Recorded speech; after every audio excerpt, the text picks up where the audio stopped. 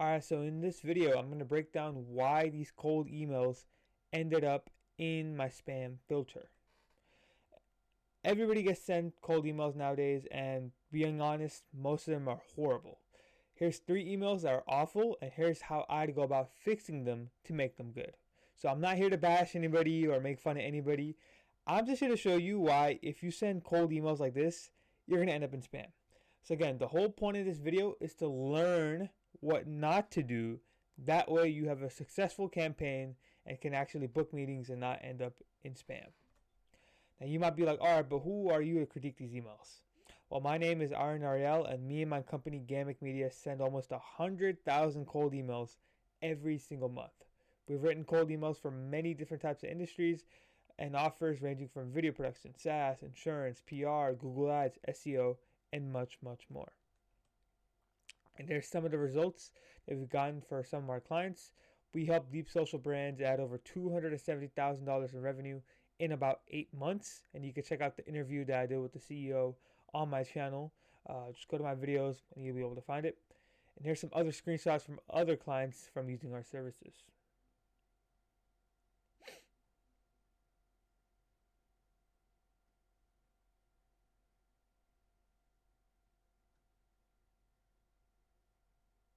So after reading all this, I'd say, I know a thing or two about writing good converting cold emails. So with all of that said, let's actually hop right in to the first email. Now, I'm not going to read the whole thing, but I'm going to give you some context on what they're trying to pitch to me. Essentially, for this first one here, they're trying to pitch me operations and hiring help. Basically they help other companies hire in the industrial or truck driving industry, I guess, right? So first things first, this is way too long. Like, this is 196 words. If you've watched my previous videos, you know that I preach, hey, keep it under 75 words or less. If you absolutely need to, go to 100, but keep it around that 75 words or less range. And then on top of this, the second thing that's wrong with this email is that they ask for a call in the first email. So look, it's literally the first email that they send me. They're like, would you be open to a brief 20-minute call to explore potential synergies? You do not want to do this. People are, again, they get sent so many cold emails. They're not going to want to just hop on a call with you in the first email from a stranger, right? So you do not want to do that. Now the subject line is strategic partnership opportunities with, and it's their company name. It's okay, but you'd rather have the other person's company name or their name in there. So I would change this to, hey Aryan, or strategic partnership opportunities with Aryan, strategic partnership opportunities with Gamic Media, that type of thing, right? You do not want to put your own company name, just put their name, put the person that you're emailing. And also, he sent me this at 3 a.m. on a Saturday, which is actually crazy. But you typically do not want to send, typically you don't want to send any time past like midnight for most industries, because it's just not going to work out. They're not going to read the email. You would think that, okay, maybe they wake up in the morning and they check their email, but I would just keep it safe and just send from the 9 to 5 range. That's just it. 3 a.m. is a little out there, but that's not too bad from the email.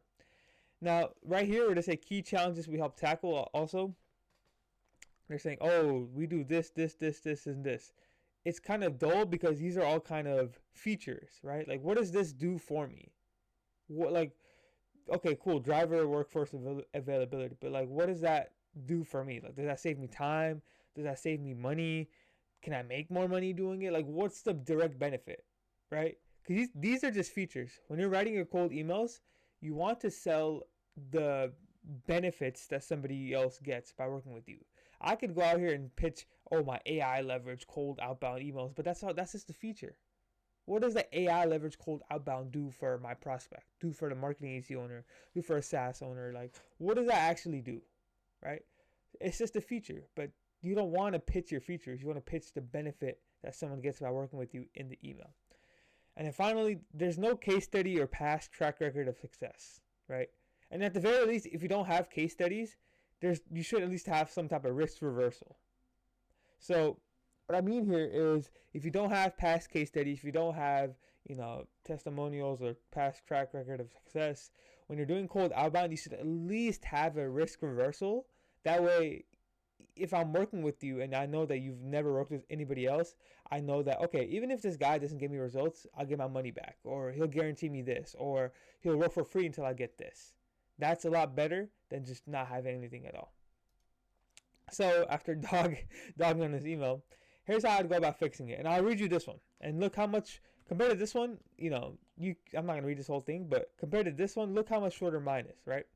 Hey, Aryan, being in the industry of industrial work and CDLs, I'm sure you're always looking for new ways to handle recruiting without bottlenecking your operations. That's calling out a pain point.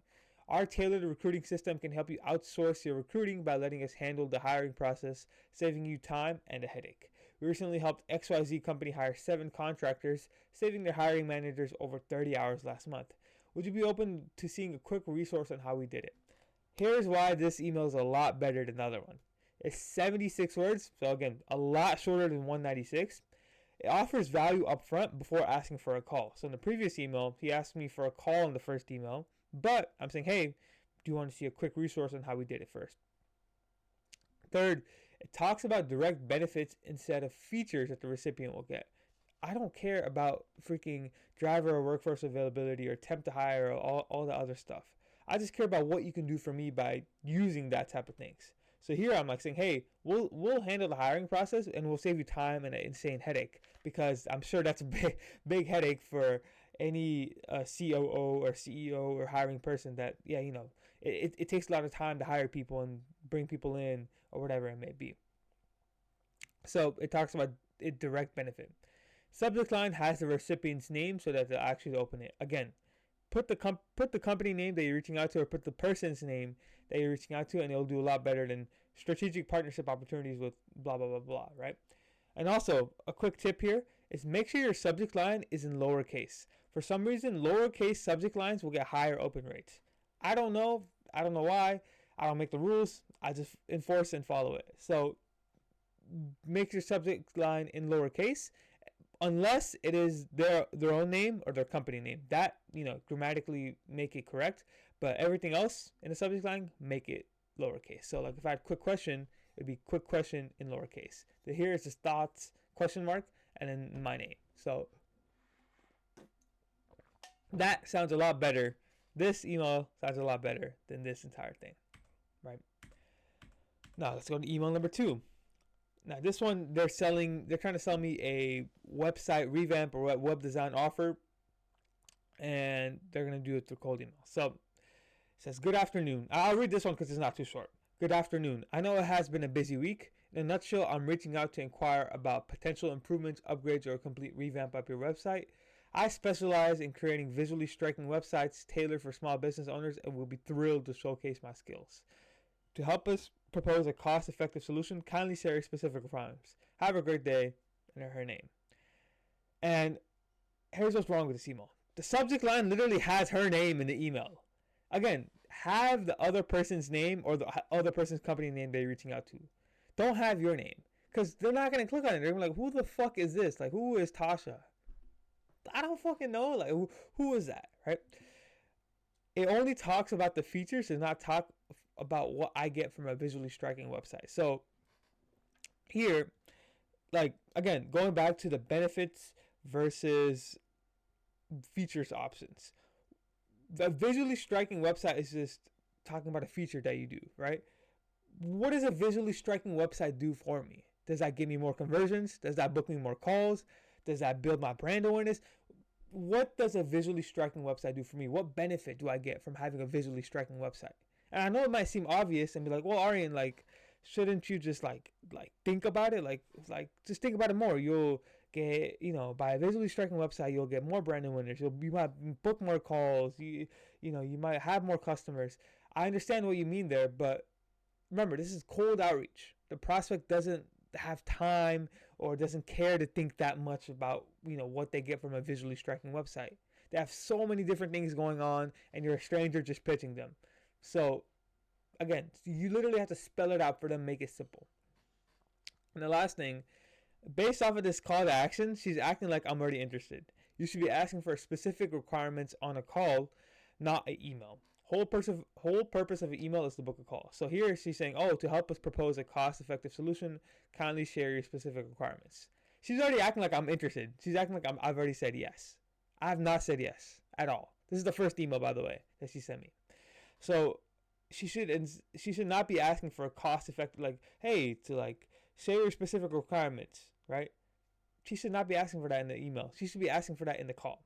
The whole purpose of a cold email is to book a call. So here you can say something else like, hey, would you be open to seeing our portfolio of different websites we've done before? That type of thing.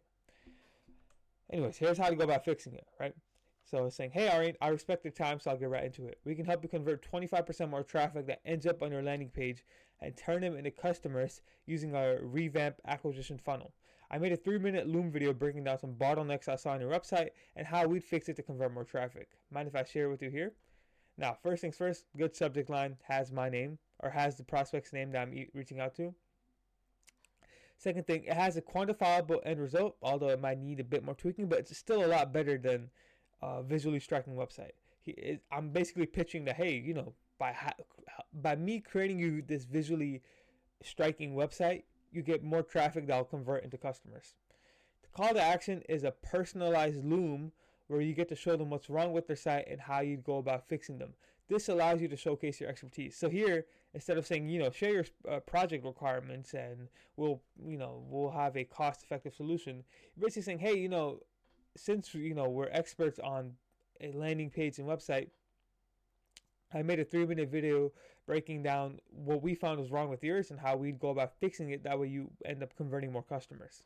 That's a fantastic call to action because you're basically saying to them, hey, you know, your website's good, but like if you just fixed a few of these things, it would be a lot better type of thing. So fantastic call to action. And if you don't want to use Loom here, you can also say, hey, would you be open to seeing some of our other landing pages that we made for this company or that company?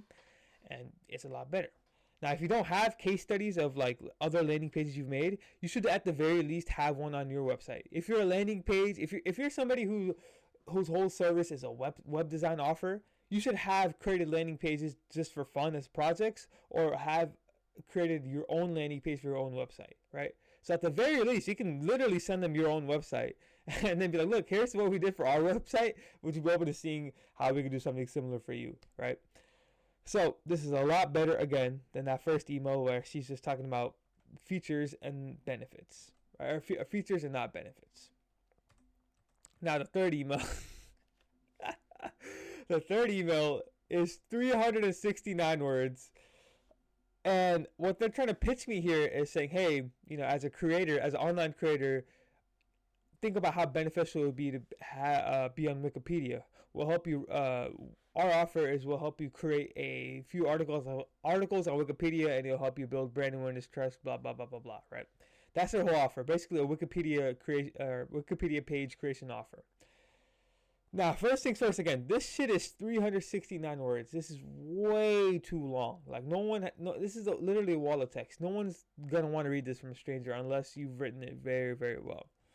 Second thing, there's actually links in the email, and if I click on it here, you guys might not be able to see it as well, but there's links in the email right here, right here, right here, right here. Too many links in email. If you do that, your cold email will go to spam, so don't do that. And this sounds super automated. The whole point of cold email automation is to make it sound and look like you personally handwrote it. This, on the other hand, looks like you sent it over to 10,000 people right off the bat. So it's like, let me read it out loud. I know you guys can't see it as well. Basically, it's saying, hey, are you looking to take your business or personal brand to new heights? Imagine having a dedicated Wikipedia page that showcases your achievements, expertise, and contributions. It's time to make your mark in the digital landscape and boost your online reputation with our professional Wikipedia writing, publishing services with 100% facts and approval. Like, that was long, but it just sounds like you can just smell that it's automated, right? It just sounds, looks, and you can just tell it's automated, right? And you don't want that. You want to make it sound like, okay, you at least somewhat hand wrote it, or like you somewhat wrote it very well. And then the call to action here is, again, you guys might not be able to say it, but basically their call to action is, hey, ready to take the plunge? Let's make your mark on a digital world with a captivating Wikipedia page. Simply click on the link below to work about our services and get started. And it says create your own Wikipedia page now. The call to action is high friction. simply click on the link below. That's even worse than asking for a call, honestly, on the first email. You're saying click on the link below and then book a time with us to chat. Like, you don't want that, right? With the call to action, you want it to be easy yes that the prospect can say yes to.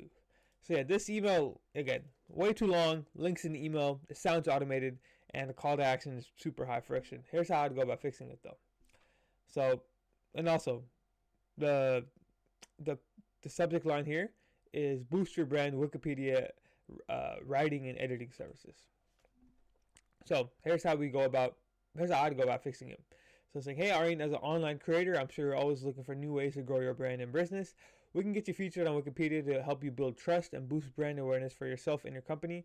We'd help you research, craft, and create a thorough wiki page to help your brand and business stand out from all your competitors. Would you be open to learning more? Again, so much more shorter and concise. I don't have the exact word count on this, but I guarantee you it's like around 75 words. Call to action is super easy for them to say yes to. It says, hey, would you be open to learning more?